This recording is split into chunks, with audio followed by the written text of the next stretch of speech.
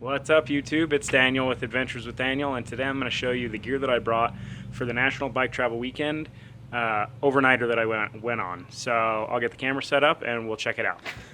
All right, so I got everything set up here, and I just wanted to go through it. I'll show you the bags that I brought and then also the gear that I have in them. So this was my handlebar bag. This bag is made by Minnehaha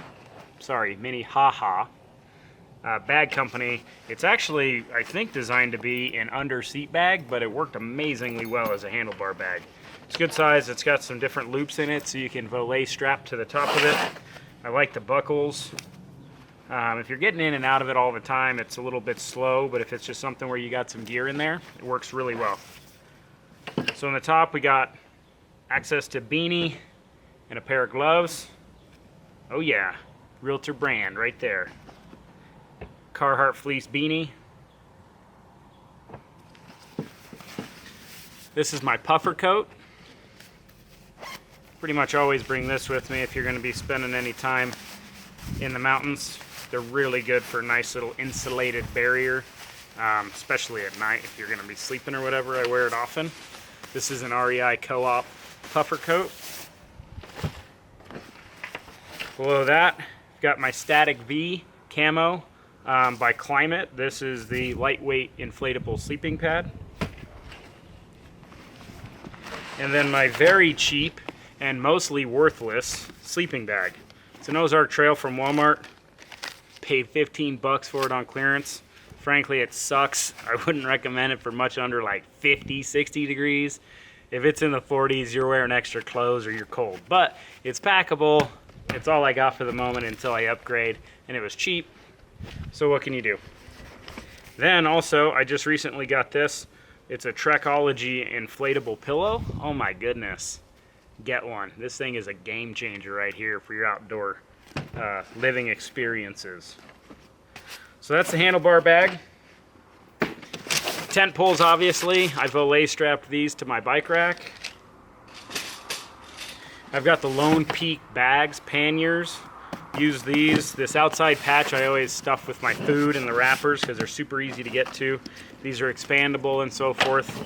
They have nice positive locks for the top on your pannier rack, so it works out really, really well. Go ahead and open this baby up.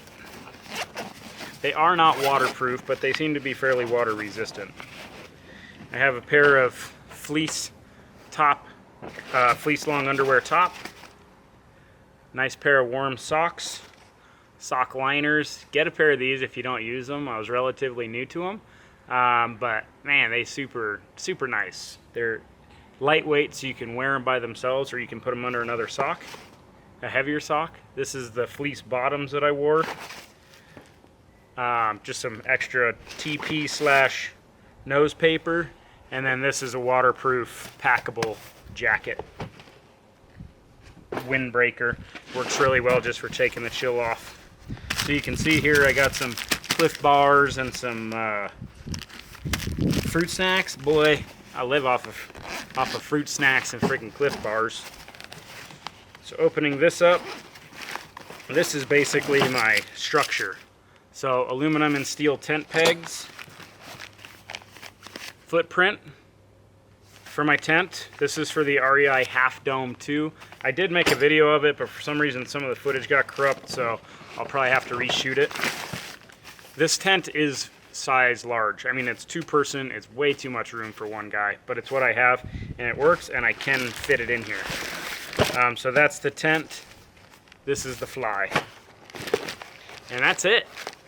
Other than that, it was just the clothes that I had on my body, which I dressed real light. It was in shorts and a t-shirt and tennis shoes, and then a little bit of camera gear, but you know, water, those types of things. And then I always carry my rear pannier bag.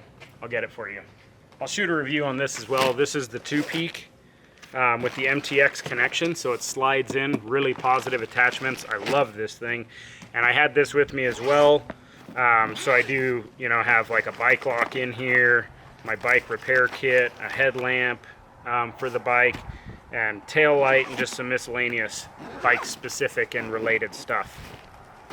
All right, so I appreciate you watching this today. I hope you enjoyed the little overview of the adventure gear that I brought with me.